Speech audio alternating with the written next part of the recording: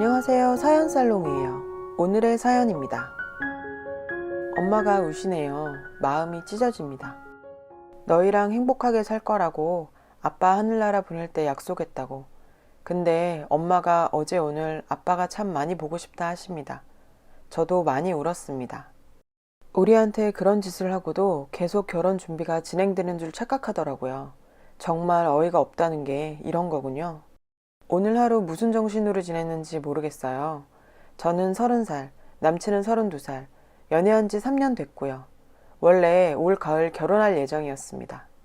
3년 하고도 3개월 전에 영어학원에 등록을 했었어요. 언니가 호주 현지인과 결혼을 했고 한국과 호주에서 2번의 결혼식을 했고요. 형부와 좀 더 가깝게 많은 대화를 나누고 싶었는데 제 영어 실력이 그리 좋지 않아 공부하고자 등록했던 영어학원에서 남친을 만났어요. 그때 엄마도 2달 정도 같이 학원을 다녔어요. 그래서 엄마와 남친도 서로 알고 자주 함께 만나고 잘 지냈습니다. 엄마는 남친이 영어를 잘하는 사람이니 형부랑도 잘 어울릴 수 있고 좋다며 남친을 아들처럼 많이 챙겨주셨고요. 그 사람도 참 엄마한테는 잘하는 사람이었습니다. 결혼 얘기는 작년부터 나왔습니다. 제가 9수라고 내년에 결혼하자고 농담 반 진담 반 저희끼리 얘기했고 그 집 부모님도 작년 연말에 만나서 식사할 때 얼른 결혼하라고 막 그러셨고요. 그러면서 전 남친이 설날 당일 오후에 저희 집에 와서 같이 밥을 먹으면서 결혼 얘기를 꺼냈습니다. 긍정적인 분위기에서 얘기가 오고 갔고 집장만 혼수 이런 얘기도 하고 저는 잘 몰라서 언니도 외국인이랑 결혼을 해서 예단 혼수 그런 건 전혀 없었거든요. 엄마랑 남친이랑 이런저런 얘기를 하다가 요즘에는 남자가 집 해오고 그러는 거 아니라고 집은 정확히 반반하자고 저희 엄마가 그러셨어요. 부모님께 부담 갖지 말라고 전해드리고 여유 있는 집에서 더 해갈 수도 있는 거라고 엄마가 그렇게까지 생각해주고 했는데 그리고 부산의 백화점 그 안에 모 커피 전문점 하나를 계약할 건데 결혼 선물로 그 커피 전문점 주겠다고 엄마가 남친과 저한테 말했어요. 저는 그때 정말? 정말? 외치면서 마냥 좋아만 했네요. 한숨만 나옵니다. 저도 30살 먹도록 정말 저란 인간 왜 이리 철이 없었는지 저도 학원을 하고 있습니다. 어릴 때부터 그림 그리는 걸 좋아해서 대학원 동기 2명과 함께 학원을 하고 있는데 저는 커피숍을 운영할 만큼 사회생활도 안 해봤고 그리고 그림 그리는 것도 계속 하고 싶고 그래서 남친이 그 커피숍 맡아서 하겠다고 하길래 그러라고 했어요. 나중에 알게 된 사실이지만 남친이 엄마한테 그 커피숍 명의를 자기 앞으로 해달라고 했더라고요. 뻔뻔하게. 바보같이 착한 우리 엄마. 이미 계약서에 사인했으니 미안하다며 결혼하고 명의 바꿔주겠다고 남친한테 사과하셨답니다. 그놈 속도 그때 알았어야 했는데. 여튼 당장 그 일을 맡아야 해서 다음 달부턴 커피숍 운영도 배우고 가게 돌아가는 것도 배워야 한다고 남친이 일하고 있는 학원에 그만둔다고 다 얘기가 된 걸로 알고 있습니다. 이런저런 일들이 있었고 철없던 저는 그때는 마냥 좋았습니다. 그러다 어제 상견례를 했어요. 저나 남친 모두 주말에 더 바쁜지라 어쩔 수 없이 평일 저녁에 자리를 가졌습니다. 저는 아버지께서 15년 전에 제가 중학교 2학년 때, 언니가 고등학교 2학년 때 그해 연말에 돌아가셨어요. 아버지께서 사업을 하셨고 엄마는 그냥 옆에서 격리처럼 조금 도와주시면서 꽤나 유복하게 자랐어요. 근데 갑자기 아빠가 석으로 돌아가시고 엄마가 사장님이 돼서 계속 사업을 이어나가셨어요. 그러면서 천상 여작과 가정주부 같았던 엄마 성격도 참 많이 바뀌었죠. 아무래도 남자 직원들을 부리면서 일해야 했고 사업하면서 정말 힘든 일도 많았고 하니까요. 그래도 다 헤쳐나가시고 지금은 아버지 계실 때보다 훨씬 크게 잘 운영해 나가고 계세요. 아빠 돌아가시고 제일 힘들었을 사람이 엄마일 텐데 아버지의 빈자리 느껴지지 않게 정말 최선을 다해서 저희 키우셨어요. 아, 진짜 눈물이 또 나네요. 언니는 대학을 외국으로 진학하려고 했는데 아버지 돌아가시고 고민이 많았죠. 근데 엄마가 계획대로 가라고 하셨어요. 아빠가 없어서 달라질 건 그냥 마음 한구석 허전한 것 뿐이라고. 지금 생각해도 우리 엄마 대단하고 자랑스럽습니다. 그래서 언니는 외국에서 공부하고 지금 취업도 하고 거기서 결혼도 해서 아주 잘 살고 있어요. 1년에 한두 번 정도 꼭 들어왔다 나가고 그러고요. 남친 집은 평범한 집이에요. 대기업 다니셨고 지금은 퇴직하신 아버지와 전업주부이신 어머니, 그리고 누나, 네 식구예요. 제가 상견례 전에 그쪽 누나를 2번 정도 만났고요. 어머님, 아버님 3번 만났어요. 밖에서 같이 식사도 했었습니다. 아버지 참 인자하고 좋으신 분이시고 누나는 뭐 약간 왈가닥 이미지. 독신이시고 자기 주장 강하고 그래도 완전 쿨하신. 암튼 저랑 참 잘 맞아서 너무 좋았어요. 근데 누나가 어머니를 닮았더라고요. 어머니도 왈가닥에 좀 생각나는 대로 다 말하고 질투도 좀 있으신 것 같고 그래도 커버 못할 만큼 심각하지는 않다고 생각했어요. 저도 이뻐해 주시고 근데 상견례 자리에서 일이 터졌네요. 남친이랑 부모님, 저랑 엄마 이렇게 5명이서 만났습니다. 예비 시아버지께서 초반에 저희 엄마 칭찬을 많이 했었어요. 장하시다, 꿋꿋하시다, 뭐 사회적으로도 성공하셨고 따님이 엄마를 닮아서 예쁘다 이런 약간은 상투적인 칭찬도 많이 하시고 뭐 암튼 이런저런 얘기들. 그때부터 남친 엄마 표정이 안 좋더라고요. 그 와중에도 예식장, 신혼집, 혼수, 예단 등등 꼭 해야 하지만 불편한 얘기들도 아주 정중하게 엄마랑 시아버지랑 나누셨고 그때까지는 분위기 좋았는데 갑자기 예비 시어머니께서 음식이 맛이 없네. 넌 돈도 있는 집안에서 자란 것 같은데 이런 꾸진 대로 예약했냐? 이러시는 거예요. 제가 잡았거든요. 결혼식은 보통 호텔에서 하지 않냐. 사업해서 손님은 그쪽이 더 많을 것 같으니 돈을 일절 부담하는 게 맞지 않냐. 요즘은 집은 반반 돈 내서 구하더라. 그래도 명의는 남자 명의로 해야 집안이 산다. 혼수는 자기가 안목이 있으니 자기가 고르면 된다. 그러고는 카드를 달라. 사업한답시고 나돌아다니는 엄마 밑에서 애가 잘 컸겠냐. 내가 다시 다 가르쳐야겠다. 밖으로 나다니시니 남자들도 많이 꼬이겠다. 우리 아들한테 새 장인어른 생기는 것 아니냐. 상견례니 저희 엄마도 좀 꾸미고 나갔어요. 엄마 보고 하는 소린지 자기는 돈 좀 번다고 명품 하는 여자 무식해 보이더라. 그래놓고 자기랑 신우, 고모 2명, 큰어머니, 이모 2명, 외숙모 3명, 명품백 해오랍니다. 그리고 예단비는 따로. 남친 누나도 어학연수 1년 다녀와 놓고 딸을 어떻게 혼자 외국에 보내냐. 몸 막 굴리고 그랬을 텐데. 뭐 암튼 여기까지 생각나는 거예요. 진짜. 예비 시아버지만 안 계셨음 저도 빡 돌아서 미친 척 한마디 할 텐데 어머니 눈치 없이 저럴 때마다 예비 시아버지랑 남친이 막 말려서 일단 참고 앉아 있었고 우리 엄마도 얼굴이 울그락불그락 완전 혈압 올라서 음식도 안 먹고 물만 마시고 있었어요. 근데 예비 시엄마가 자리에도 없는 우리 언니한테 외국서 몸을 막 굴리네 이런 말을 하니까 엄마가 완전 열받으셔서 도저히 안 되겠다고 여기 더 이상 앉아있는 거 거북하다고 해도 너무 하신다며 저희 애가 맘에 안 들면 딱 잘라 말을 하시라고 남의 귀한 자식들 그렇게 막말하는 거 아니라며 쏘아 붙이셨어요.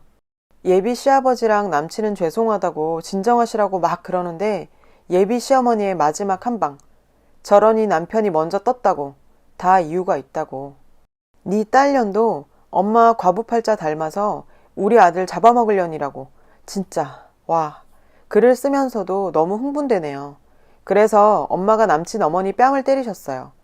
완전 깽판 난 거죠. 그러고는 절 데리고 옷 챙겨서 바로 나왔습니다. 그 이후 그 음식점에서의 상황은 잘 모르겠어요. 어젯밤에 남친이랑 통화하고 한판 싸우고 제가 미친 듯이 남친 엄마 욕하면서 뭐라 그랬거든요. 근데 남친은 그래도 어떻게 사돈 될 사람 뺨을 때리냐고 그건 꼭 너희 엄마가 사과해야 한다고 하더라고요.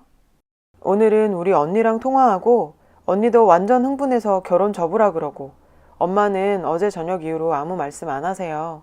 그리고 오늘은 회사 나가셨더라고요. 저는 오늘 아프다고 하고 일하러도 못 갔습니다. 남친이랑 결혼 준비하면서 정말 행복했는데 지금은 너무 화가 나지만 그 사람이 내 짝이라 생각했어요. 뭘 어떻게 해야 할지 그리고 왜 이런 일이 일어났는지 이제 남친도 아닌 인간이랑 통화를 했어요. 자기 집도 지금 난리라고 아버지가 많이 화가 나셨나 봐요. 집에 가서 어머니도 울고불고 아버지 화나셔서 술 드시러 나가시고 자기 집안 얘기를 줄줄 하더라고요.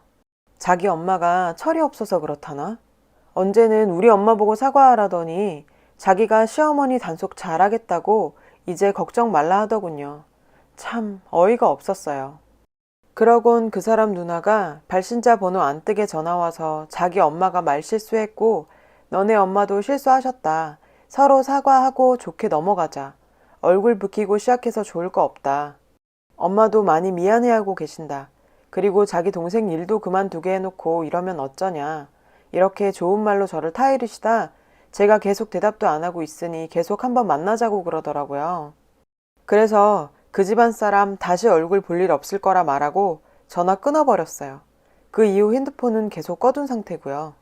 저희 결혼이 계속 진행되는 걸로 완전 착각하고 있더라고요. 미친 거 아니에요? 저는 오히려 거기에서 기분이 확 상했어요.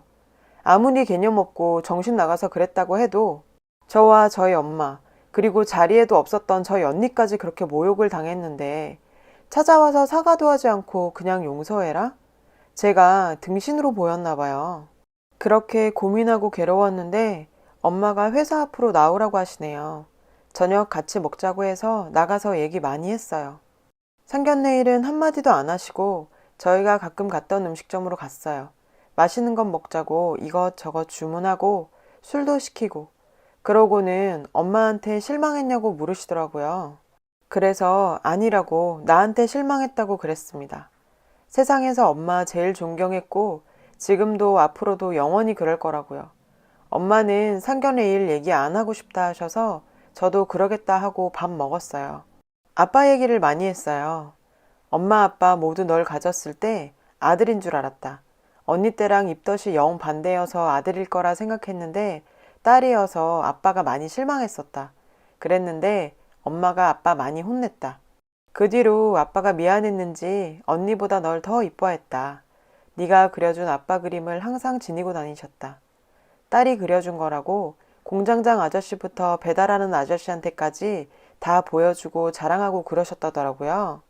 아빠가 돌아가시고 언니는 2년 정도 있다 외국으로 나갔고 그러고는 쭉 외국에 살아서 아빠 제사 때마다 음식 준비하는 것도 네가 돕고 아빠 돌아가시고 그렇게 15년을 내 옆에 둔 엄마 아빠의 귀중한 막내딸이다. 너희가 원하는 거는 내 모든 것을 팔아서라도 다 해줄 거라 아빠랑 약속했다. 그리고 엄마가 아빠보다 더 강해져서 너희랑 행복하게 살 거라고 아빠 보낼 때 약속했다고. 근데 엄마가 어제 오늘 아빠가 참 많이 보고 싶다 하십니다. IMF 때 그렇게 힘들어도 괜찮다고 저보고 아무 걱정 말고 그림 열심히 그리라고 여기저기 다니면서 돈 문제 해결하고 그러셨어요. 그런 엄마가 울었습니다. 저도 많이 울었습니다. 그러고 보니 아빠가 돌아가시고 엄마가 우는 걸 본 적이 없었던 것 같아요. 엄마랑 얘기하다 더 잘 알게 되었습니다. 저는 소중한 사람이라는 거요. 그래서 다른 사람에게도 더 사랑받으면서 행복하게 살려고 합니다. 답이 나와 있는 결론이었지만 그 결정을 엄마가 한결 쉽게 만들어줬습니다. 이 말은 하고 가야겠다. 너희 가족 내 인생에서 소중한 3년이라는 시간을 쓰레기로 만들었어. 그것보다 우리 엄마 마음을 이렇게 만들어 놓고도 결혼한다는 착각에 있는 너희가 가증스러워. 네가 뭔데?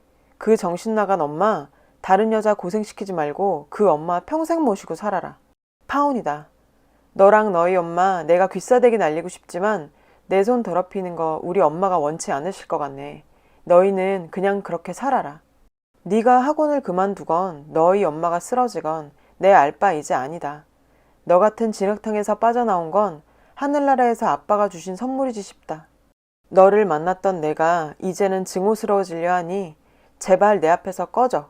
저는 한동안 언니한테 들어가 있을 생각입니다. 엄마도 같이 들어가려 합니다. 언니 결혼식 때 가고 못 가봐서 언니네 집도 보고 싶고 마침 언니가 임신 중이에요.